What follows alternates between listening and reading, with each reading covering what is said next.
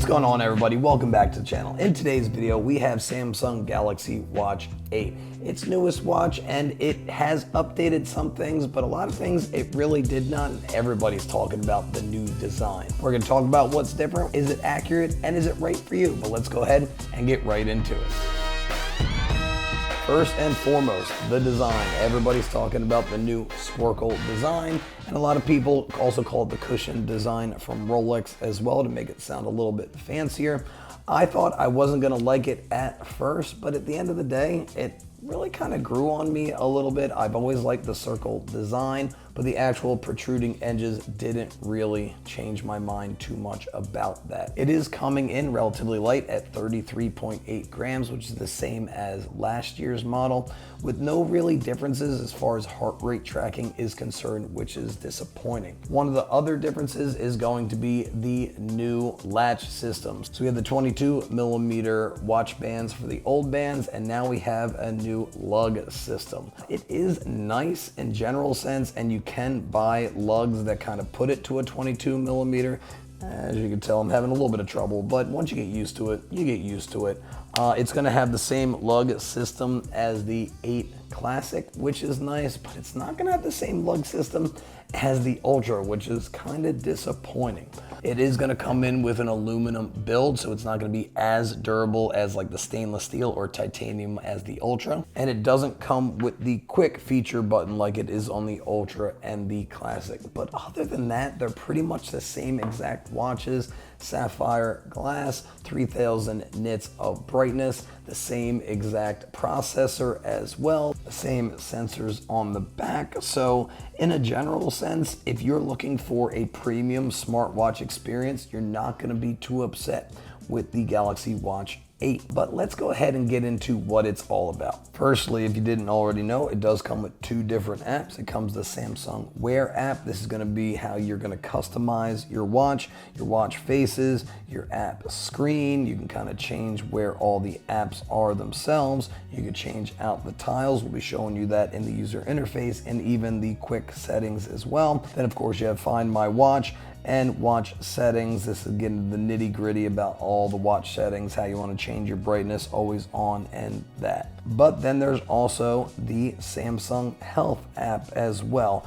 Going into your home, this has pretty much everything at a glance, how your workouts were. This kind of goes through heart rate. As far as the heart rate is concerned, it isn't one of the more accurate bands as far as the ones you could buy. Apple's going to be better, Fitbit a little bit better, even Garmin a little bit better as far as heart rate tracking is concerned, but Samsung isn't too bad. Energy score is kind of AI thing about how you have recovered throughout the day and giving you kind of scores about what you can do to do a little bit better on that.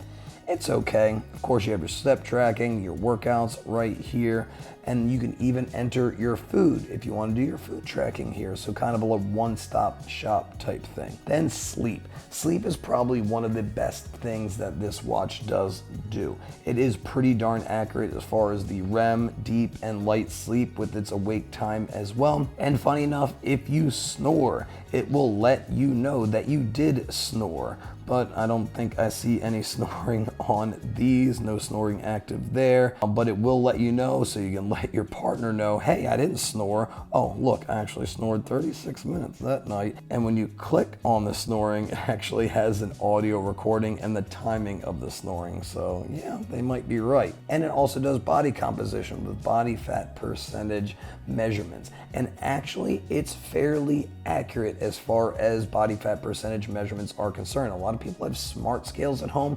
They really aren't that accurate. This has been more accurate than any smart scale I've tested, and that kind of goes with my in-body scanner. It's a little bit high for me. I'm typically at about 15% right now, so it does run a little bit high for me, so your mileage may vary a little bit. You can track your water here, your stress levels, and it also gives you some actionable data at the bottom, mindfulness, calm at the bottom here as well. So it's all built into the price of the watch itself. We'll get into the price in a little bit. If you're liking this video, please smash that like button. It's going to help out so much with that YouTube algorithm to push it out to more people. Blood oxygen levels during sleep, It's very common with watches like this. And of course, your beats per minute throughout your entire day. You can also enter your blood pressure, but that's going to be all manual. Then they have this little heart ring about what you're doing, steps, activity time, and calories. Blood glucose is another thing that you will be putting in manual, and even your medications to kind of give it a little bit more data on how you're doing. There is this age index on how your age is doing. Apparently I'm adequate. You can learn a little bit more about actionable data throughout that, but it is in the labs. Mindfulness, mood check-ins, right built into the app. You can even find your running level, and it has an AI coach built in. So if you're new to running, you do a 2-minute consistent run. It tells you what level you are, and it gives you some workouts to kind of work your way through. And with that, it has Gemini involved. And if you ask Gemini, hey, set me a playlist for a 12-minute playlist, it will sync up with your apps that you have synced up with, and it will do that. If it said, hey, check out something that can get me a workout to burn a slice of pizza, it will do that if you would like it to. The antioxidant thing that they have on the back that goes through how your antioxidant levels are, I thought it's okay. I am currently doing pre-made meals that have vegetables in every meal, so I was expecting this to be a little bit higher. It says I'm low, but at the end of the day, we can all use a little bit more vegetables in our diet, but that would take a lot more testing to see how that goes. And also there is vascular load itself. I didn't do too much testing on that, but that's also in labs. Other things in this app, if you want to go with other people, it'll give you an idea of how they're doing with some extra challenges here and there. Fitness, there is so much things in here for free. Your total refresh, full workout. You got some dance classes in here. This is all built in for free with the price of your watch. So utilize things like this. Fitness programs, you're going to go on weight loss programs, stuff like that. Use it to your advantage. And then it also has the people who actually bring it in. And then there's the My Page that has all your badges, your personal best built in there, so you can see how you have been progressing. All right, let's get into the user interface here. When you swipe from the top, there's going to be all your quick settings. These are all going to be able to be customized. Your settings are here, so if you ever want to go into how your health is, all that is built into your settings. Bottom right is going to be back, and that's just going to bring you back one. But if you do the top right, this is going to bring you all the way back home.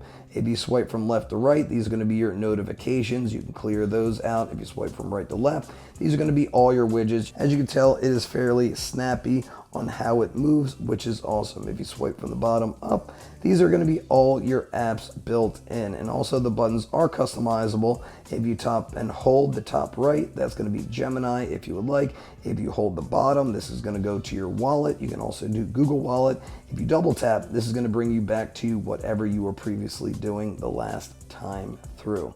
As far as the back of the watch is concerned, this is going to be all of your sensors. And you could tell this lug system, you kind of got to get your finger in there to take it out, and then it snaps on. Pretty satisfying. And as far as the charger is concerned, it is a magnetic charger, and with how light this watch is, it stays on pretty well, and it is pretty slim in a general sense, which I am a big fan of. So should you buy this watch? The 44 millimeter is going to come in at $330, where the 40 millimeter is $300. I am a big fan of it. The Watch 8 Classic is $500 and the Ultra is $650. You need the extra battery life and you like it a little bit more rugged, go with the Ultra. If you like the look of the 8 Classic and the extra button, I'd go with the 8 Classic. But in general, you're getting everything you need to on the regular 8. So I definitely recommend just buying the regular 8 and you'll be very happy. If you're coming from last year's model, the 7, it's not going to be that big of a difference. Maybe the 6, you'll see a bigger difference, but before the 6, I would definitely recommend the upgrade. You will see a big difference as far as performance is concerned. If you're looking to buy any of these watches, they're going to be linked down below, and a little bit of that purchase is going to help me grow my channel. But if you like this video, please smash that like button and subscribe to the channel if you really liked it. Hit those notification bells to be one of the first ones to know when my newest video does come out. But as always, guys, stay happy, stay healthy, and above all, stay positive. I'll see you guys in the next one. Bye.